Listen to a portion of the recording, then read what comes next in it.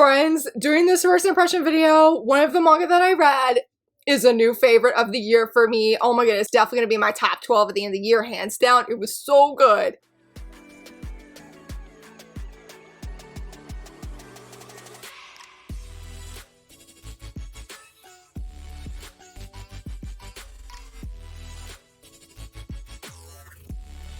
Hello friends, happy Saturday. So excited to be filming this video today, doing a first impression manga video on 3 different volume 1s. One of them I've had for a hot minute and I was like, I'm not reading this until I know for certain I'm doing a first impression video. And so let's go ahead and dive into those 3 titles I'll be reviewing. Honestly, the inspiration for this video is this manga right here. That is Thank You for Taking Care of Our Boy Banri. This was my last license win of 2025. I had to think about that for a second. It was my last license win and I had very high expectations. I had read the first chapter on the creator's Twitter profile and I was absolutely obsessed just from what I had seen. The next one is my very first Crossed Hearts manga that I have read. It's actually my first anything I've read from them, and that is You're Way Too Cheeky, Chigaya-kun. This is a sports shoujo manga and I'm just so thankful that they gave us more sports shoujo because, like, yes, we always need more of it, especially when it comes to physical print. And then this one was a surprise. I was not planning to do a first impression on this one. I had wanted to, but my library is like, I really don't know when it's going to get it. But then I got a notification saying it was ready, and that is I Am No Angel Volume 1. It is an omnibus, so it's volumes 1 and 2 technically,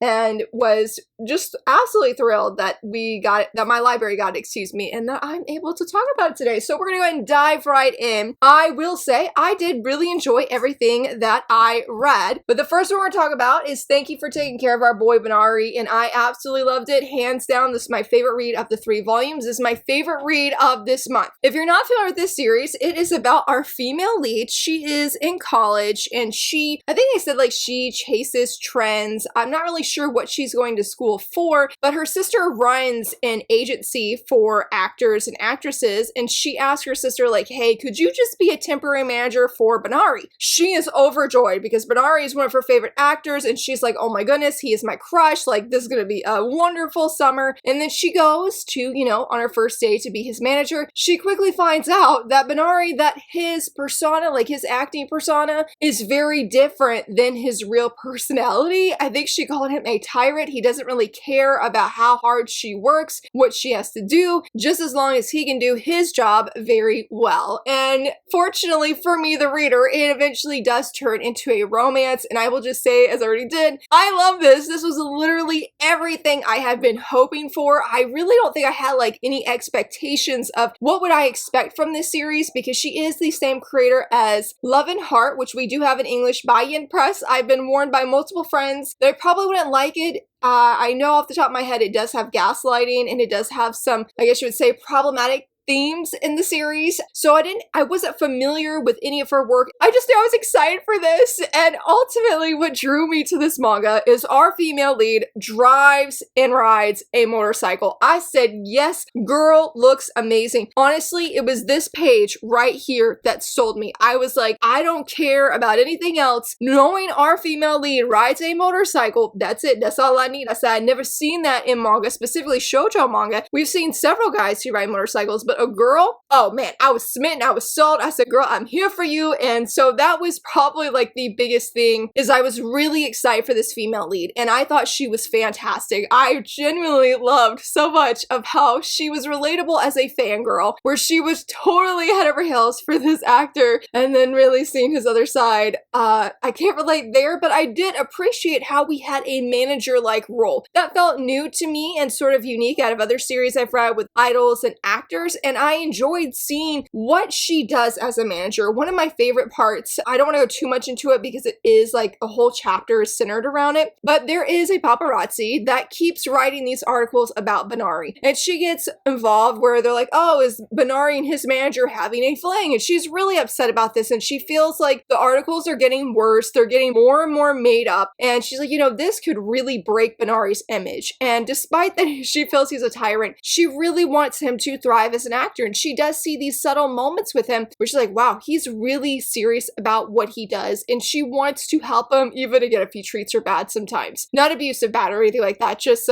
making her do all these errands, go everywhere, do all the things. So going back to the paparazzi though, she actually ends up confronting this paparazzi. What she does was so cool. I was like, girl, you are amazing. And so I really enjoyed seeing that aspect of what she's doing, of the scheduling, of how she's handling paparazzi. It was a very eye-opening job, I guess you would say, because I, like her, feel like, oh, if you're going to be a manager for your favorite celebrity or your celebrity crush, oh, it's going to be awesome. It is going to be wonderful. And she definitely shows that no. I mean, yes, it has its perks, and I love how we could see her fangirl at a few different points about Banri and what he's doing. That was very exciting, but it's not an easy job either. So I appreciate a lot of that. And Banri was a really fascinating male lead. So I did not find him. I rearranged my manga yesterday and I do not remember where I put it. But you know, the manga, My Super Cute Black Mage, I think I'm getting the words mixed up, but this title here. So I enjoyed that one. I don't remember if I did a first impression, but I really did enjoy it. But I did find that the male lead was very mean. Now, this is part of the comedy of that series where he's very mean to the female lead, but through some things, the female lead can actually read his mind and sees the very different image in his mind and his heart compared to what he's physically saying to her. That's sort of the charm of the series, of seeing the differences between what he's thinking and what he's saying. I did not find Banri to be nearly as mean as Jade was in that series. I know somebody did share that I saw a review of that they felt Banri was very mean. I felt like, yes, he could be a tyrant when it comes to her being a manager, but I found overall that I felt, I don't know if respectful is quite the right word, because I would prefer him not to call her stupid and whatnot, but I felt like he genuinely showed moments where he does care for her, especially at one critical scene that I can't say, where we're like, oh, is that your real feelings, Banri? They're not necessarily romantic, but it did show, okay, you may be really mean to her, but I'm very confident that you at least like her as a manager. I don't know how you feel about her as a person, but you do like what she does to help aid you in your acting journey. So I felt that balance was not as extreme as it was with Jade and Super Cute Black Mage, but I found it was not overwhelming for me in this, where I felt Banri was just super mean for no good reason. And it was fun, I'll be honest, to see the differences in his acting persona and then how he was behind the scenes. I did enjoy seeing those moments. There's a lot of banter that goes between them, and it's very enjoyable and very fun to see. So I really like both characters though. The female lead stole my heart. Done deal. That's it. Like, Banri, you're cool, yes, but you ain't our cool female lead. I do want to point out that I didn't realize that this manga actually started out as a one-shot, because when you start the beginning, it says chapter 0, and I did not realize that. And one thing I really enjoyed about this is sometimes, you know, when you get a one-shot manga and then it gets a continuation, or maybe just after a certain, you know, Glasses is like that, where after 2 volumes, it seemed to be finished, and then it got a continuation several years later, I think, and then, you know, it's been ongoing ever since. Sometimes, you know, when you have where it ends and then it keeps going, you can really tell the difference of like, oh, you could tell that the creator was done and now they're trying to piece the timeline to keep going. I was very impressed with this creator that it just felt continuous. Unless I had known it said chapter 0, I genuinely would have had no idea that it was a one-shot originally. And also the creator, I think, mentions in her author notes somewhere in there. But again, if I had not known that information, I would have thought it was just one compiled volume in itself, and I thought that was really cool. And so I didn't feel like there was anything jilting or pulls you out of the story, because you're like, oh, this is weird. Like, how did we get from this ending to this beginning of a new chapter? It was very cool, very much liked it. The art was fantastic. And again, look at her, she's so cool. And I really liked how there were at least 2 or 3 times, I definitely know twice, where the title comes into play, where she tells them, then I'm gonna say thank you for taking care of our boy Banri. I'm like, yes, we love to see the title come into play. We love a really cool female lead. She genuinely was just so, cover this part so you don't see what they say, but this was a really cool part as well. Like, I loved how, yes, yes, this is about a male actor. But our female lead, she absolutely shined in multiple points and really, I really enjoyed her. Look how pretty she is. Look at that smile. It was wonderful, and love seeing her grow as a manager, as a person. And if you like seeing a little bit of blushy face, this was a cute scene. I did like this chapter illustration as well. So the art was really great. You know, this is a good point to mention too. I think maybe why I didn't have an issue with Banri is somebody's commenting, do the manager and the female lead, do they get along pretty well? And somebody's saying, yeah, I think they do, because she's like, my guess is they're fighting because they're already close. And I did feel like there was some truth to that. And I felt like that really probably reflected how my own feelings felt about their non-romantic relationship at this point, though definitely I'm shipping them. So would I recommend Banri? Yes. Absolutely, yes. It was fantastic. It was wonderful. I enjoyed my time so much. I love the art. I laughed a lot. The female lead has my heart. It was fantastic in every single way. I mean, honestly, I would give this 10 out of 10 stars. I truly enjoyed it, and I cannot wait for the second volume. Where is the pre-order? I need it immediately. Next up is our sports shoujo manga, and I'm just like, yes, sports shoujo manga, and that's Your Way Too Cheeky, Chigaya-kun. This again is by Crossed Hearts. This is volume, I was gonna say it's volume 1, but I was gonna say that this is the first shoujo manga that they had licensed and has been since released. They do have a shonen seinen manga that's going to be debuting, and I know that they are doing some license reveals these past few days on Twitter. I can imagine other social media as well. But if you're not familiar with this series, it's about our female lead. Her name is Natsune, and she is in the archery club. I think she is a second year, and she is competing, even though they're on the same team, she's competing with her kohai. I believe that's the younger one, right? Because she's his senpai. He is also in the archery club, and she is competing with him. She wants to be better than him, but she feels like everybody's praising him and saying how good he is, especially to be basically a freshman. And she's like, I am going to beat him. And so she's having this competition with him. They make a deal, and you guys probably know where that's going. There's gonna be a deal. He's like, okay, I'll make a deal, but you also, if I win, you have to accept and live out my wish that I have. And she completely forgets about that, by the way. It was the funniest thing. And so this is a sports manga blended in with some romance that's blooming between these two. And I will just say, for the story, I really enjoyed it. I found their bickering, or more bantering than anything, maybe some bickering too, a combination of both, very fun to read about and very enjoyable. And I loved seeing how competitive she was with him. Like, when he comes in just on the page and she sees how well he's doing, like, look at this panel. She was so mad. She was so mad. Anything anybody's saying about him, she's like, oh, I can't stand him, and he acts this way and that way. And people are like, are we talking about the right person? Because no, he's so sweet. He helped me with this, and he helped me with something else. And she's like, oh, maybe he's not as like bad as he seems. But then she sees him do really good, and him get the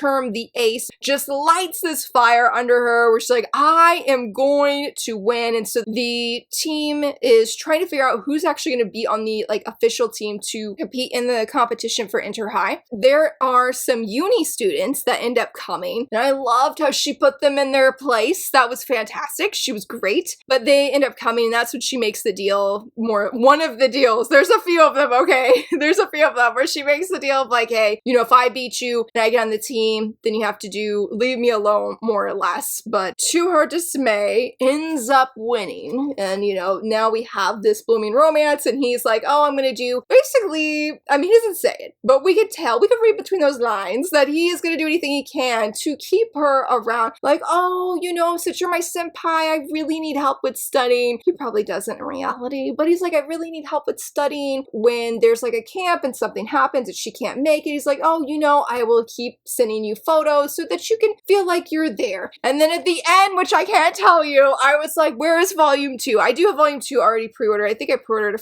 a while back, actually, because I forgot to bring it, but it came. I got the one that had the exclusive Shikishi board, and it was very nice. Now, I'll be the first to say I only have one other Shikishi. I cannot compare sure in terms of the quality of it or how good it is. I really liked it though. I've had to display it at my desk and I forgot to put it on my computer to bring it with me so that I would remember, so I do apologize for not being able to show that. The art was very cute. I loved all the little blushy faces that we got and really seeing that romance just slowly bloom between them. Like, look at this scene. I was like, oh my goodness. I really thought he was gonna kiss her, y'all. I really did. I got very excited. Then he proposed something else, but I'm like, that's okay. That's okay. But it was very cute when it came to that. And oh man, the sports aspect was so good. I don't know if I felt necessarily like on the edge of my seat, but I really feel like the sounds of I guess you would say like when the arrows are hitting I can't even think of what it's called, but when they're hitting this, okay, bear with me, but when they're hitting where it needs to be, you could hear the different sounds. And I really did like how the intensity was captured, seeing their poses, seeing how seriously they took this archery club was really, really good. And then when the uni people came and everything that was involved with that, oh, I love seeing our male league get serious. I loved it. I said, put them in their place, buddy. Put them in their place because they come in here, want to say all this stuff and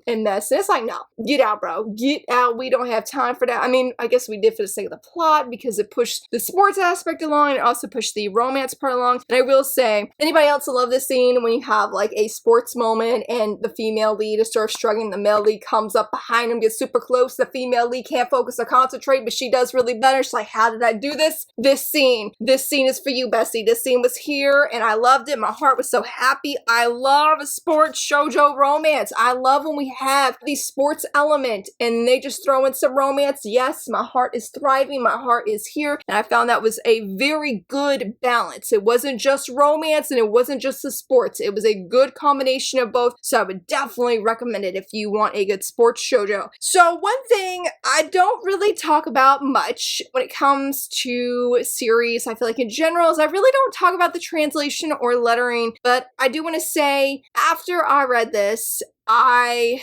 really was not a fan of the translation. It was like an overly direct Japanese translation. I have never experienced times where, with any manga, this was the first time, but I felt like sometimes when they're with their friends, mainly our female lead, when she's with her friends, that they were so formal. And I found that the way it was translated felt very awkward and not a natural conversation-like dialogue. Instead of saying, I'll go to the store to go get that, it would be like, I will go to the store, which maybe doesn't sound very different like that, but there were several times where it pulled me out of the story and I was like, why is she talking like this? Like, it doesn't sound right to me. And my mind naturally started fixing it. Again, that was the first time I've experienced that. And I was very bummed by that. At first, there were a few translations that I was not fond of. And I feel bad. This publisher has been very adamant that they do not use AI. They had a very long list, I think even a post on Twitter saying, hey, this is where we stand. And I was very excited for that because when I don't even remember, it was at Seven Seas, when the buyout happened, that we all thought they were gonna,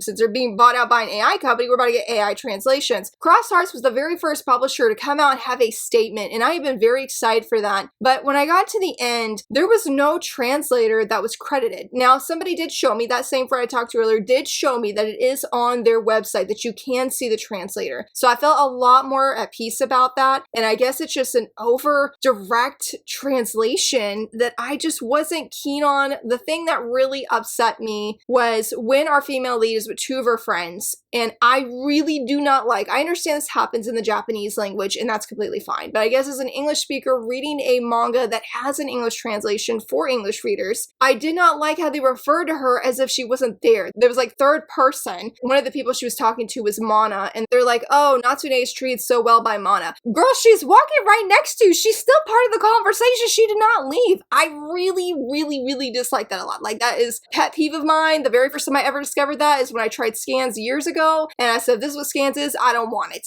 I'm not here to debate about scans if it's right or wrong. I'm just saying that personally was like, no, I'd just rather support the English translation. And it's why I was really bummed when I saw that, because I just don't like that. In English, we wouldn't refer to, we'd refer to her as if she's there. Like, you must us really like her kind of thing. And it's just like, why didn't we have that? So again, I'm not trying to sound negative. This was a first time for me where the translation really threw me out. I'm definitely still getting volume 2. I think the physical quality is very nice. Like, look at that. I loved how they had a little note from the creator at the start here. And look how cute that contents page. It was very cute. There were some cute little chapter illustrations that I enjoyed that were just little random doodles. Here it is right here. Look how cute he looks.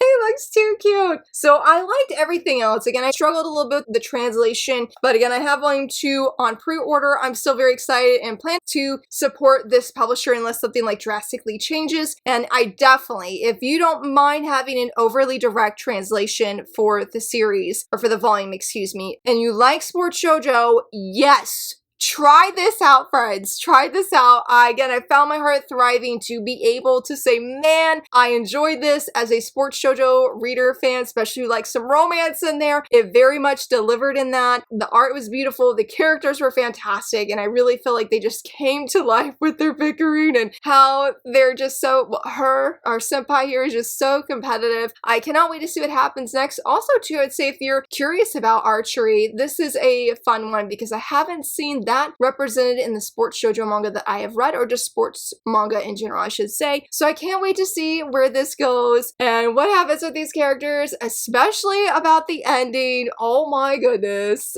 Oh my goodness, that was a swoon-worthy way to end things, and hopefully, I feel like Volume 2 releases before the year ends, and I will be staying tuned and looking forward to it. And last but not least, I am going to share my thoughts on I'm No Angel. This is my third series or works by this creator. My first one was Neighborhood Story, which I have the other volume so I can read to the end this time, and Last Quarter, which I do have a video review if you're curious of my thoughts. I think it's actually up for voting this week too in my poll of which shoujo quiz should we do next week. So this series is about our main female lead. Her name is Midori, and she is a new freshman at a brand new high school. Like, I got the impression that this high school only has freshmen here because it's so brand new. So they get to make all of these different traditions and festivals, and she ends up getting roped into being on the student council because she was sick the first few days of school or something like that. And so her classmates volunteer, nominate her, and she ends up actually winning a spot where she becomes the vice president on the student council. And so I feel like it gave me some slice of life vibes, but in a school setting, and seeing her fall in love, seeing the different festivals that they are doing, seeing her working through just her feelings as a teenager. It was very special in that. So I liked this. I thought it was cute. I don't think it was my favorite read of the three, but I did find myself surprisingly very sad when it ended, which caught me by surprise because I didn't feel I was quite as emotionally invested as I was the other two series. Again, not because it was bad. I did like it. I thought it was cute, enjoyed my time. It was just different, I think, than what I was expecting. And I'm not really sure if it's because the other two series or two titles, works that I've tried by her are very dramatic. They're very emotional. It was a very different experience. And I think that might have overshadowed what I was originally expecting. Midori was a very relatable character. And when I first came into this, I had some reservations, mainly because I had seen some mixed thoughts online. I had heard that the female lead was a crybaby and people did not like that about her character. Honestly, I'm gonna be honest, y'all. Yes, she cries a lot. I will not deny that, but I found her very relatable because I'm like, girl, when I was a teenager, same.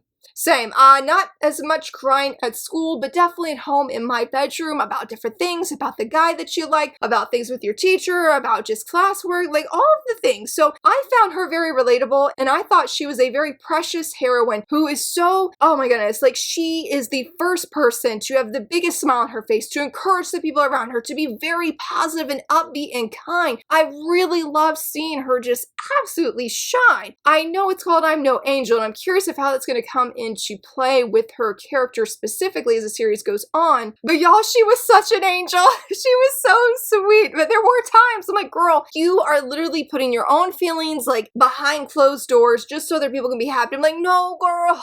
focus on yourself too. You deserve to be happy and work through what you're feeling, be able to talk to other people. And I felt like she felt she could not necessarily do that except for one teacher. I did like seeing their relationship and them have it was positive. I thought that was very, very nice. And how this teacher has really encouraged her, how they seemed, I don't necessarily want to say friends, but it does seem like they have just a good teacher-student relationship. And so I enjoyed that. I'm glad that she did have somebody there that she was able to say, hey, you know, I just feel like crying because of XYZ reason, and maybe I shouldn't be. And the teacher just gave her that safe place to just be herself, where she didn't need to always be smiling. She didn't need to be encouraging somebody. She could just be Midori, not the angel Midori, but just Midori with all of the big feelings that she has. I really enjoyed that and loved seeing her really come to face her feelings, ask herself questions, because I find that hard even as an adult, and seeing her be able to work through that was very satisfying, I feel, as a reader. And I will admit, I didn't really mention him, I only mentioned her, but she's so great. So the male lead, I can totally see why she fell for him. He was this guy right here. His name is Akira, and he definitely does have a little bit of this delinquent vibe to him. He drives a motorcycle and he has this interesting hairdo. I forgot what they called it, but he sort of, even at one point, like he had blonde hair and he carries himself a little bit rough around the edges. But you see these moments where he is so soft, and you even see that literally right from the start. I mean, you can even see how soft his face looks here. And I just totally get why she fell for him. Like, girl, yes, I was so much cheering for them. I did find like it was dramatic when it came to him, not because I felt like there was unnecessary drama just for the sake of the plot to have drama. I mean, yes, I guess it would be for the plot, but it didn't feel aggravating to me. It felt like there's something that happens with him, and she's wondering who is this other character that was involved. It takes up a lot of this manga and her thinking about it, her crying about it, her stressed about it, and I really felt it was so realistic of how she works through those feelings and how she comes sometimes to terms with them of like, yes, I'm over this, I'm done for things that have happened. And other times where she is just so distressed by it. And I'm like, girl, you're so relatable. You're so relatable. And that's why I think too, I never once found her to be an annoying heroine. I'm like, oh man, she's crying again. Like, I never once caught myself that way. My heart hurt for her so many times of just cheering for her, of wanting her to be able to have a relationship with Akira. And because he does seem like a really great guy, like he will say things that you're sort of like, what did he mean by that? But when he is with another character and you see how he treats that character, y'all, it was wonderful. I love seeing, gotta be careful of how much I say so I don't say spoilers. I really love, though, when we have male characters, male leads specifically, and that they love their families, that they maybe not their whole family due to situations, but maybe just one person in their family, but they treat them so wonderfully, and it speaks so much about their character. Akira is one of those male leads. I really enjoyed when he had a family member that was deeply involved with him when he could be involved with this character due to circumstances, how he would bring over Midori and they would all be together. It was special and precious and something I really, really treasured when I was reading. I think with all that, it really made it easy to ship these characters, to root for them,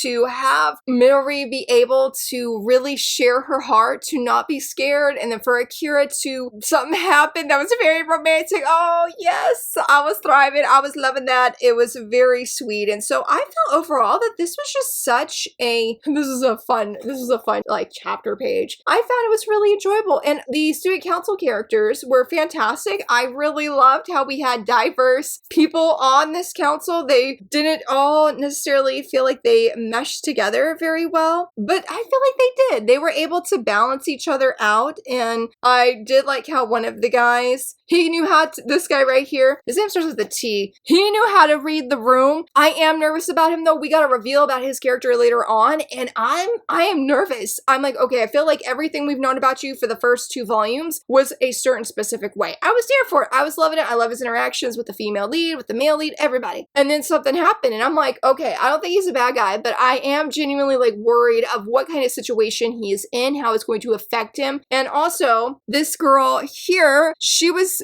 a very interesting character. I feel like out of anybody that really had some character development, it was her. Her name starts with an M, and Midori always calls her name differently than what it actually is. But she was pretty like grumpy when we first meet her. She's not very friendly, but she's very beautiful. She's very smart, and I really loved seeing her grow as a character just in these 2 volumes. I love Midori specifically, the lengths that girl went to help her, to find her when she was missing at one point, and just say, hey, I am your friend. I don't care if you like me or not. I love that. That was one of my favorite parts of these volumes, of how she just, again, went to such lengths to encourage her genuinely, not just because she doesn't want anybody to think that she's sad or she's upset, but because she's like, you're my friend and I want to be here for you. That was wonderful. So that character grew a lot. I thought she was very interesting. I hope that we see more of her. I hope there's some good things in store for her because of some other romantic drama that's happening, and I'm just like, let things be good. So I loved all 4 of the student council members. They were all really unique. Oh no, there was one other dude. He was like the sports guy. He is into rugby, and he's sort of, I feel like, oh, here we go right here. So this is all of the members. So the one I was talking about is, yeah, Bunta is this guy right here, if you could see him with the lighting. And he was just the sports dude, likes muscles, likes pretty girls, and I mean, not in a shallow way, like he's also very funny, and he's known Midori, I think, since basically would be like middle school. So they have a special non-romantic friendship that was fun and interesting to see him on there and the ideas that he had. So all of them being together, again, was a really nice reading experience. And I think that's why I was sad, is because I like seeing how they put the festival together for the very first time, of how they would help one another when one person sort of fumbled, or how they would consistently, there's always somebody, 2 people or more, losing at rock, paper, scissors, so they have to go do the errands, and seeing how their conversations are and how they interact. It was very nice. So I feel like it's, yeah, a slice of life, but it's like a different kind of slice of life, say to Play It Cool Guys, or The Ice Guy and the Cool Girl. There's another manga I'm thinking of, but it's not, Mr. Villain's Day Off. I would say it's different than that, especially since this is in a high school setting, because you do still have the big feelings of a teenage girl, and I enjoyed seeing that explored. So I think maybe if you're like me and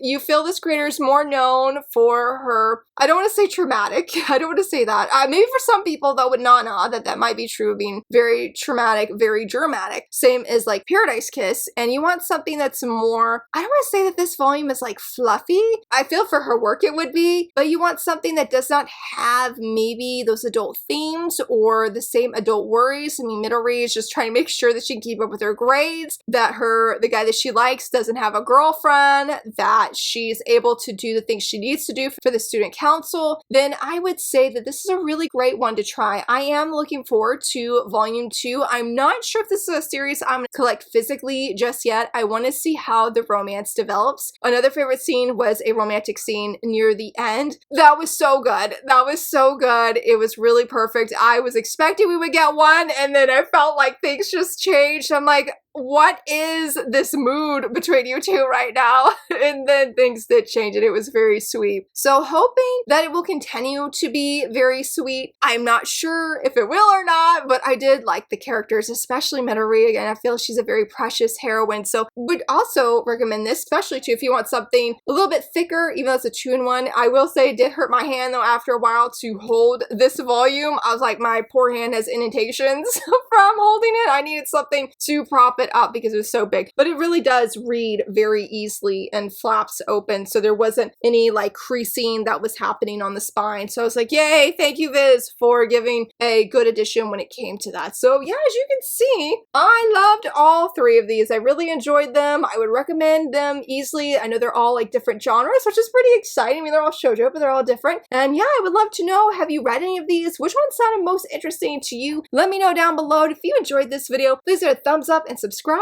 and thank you so much for watching. Bye!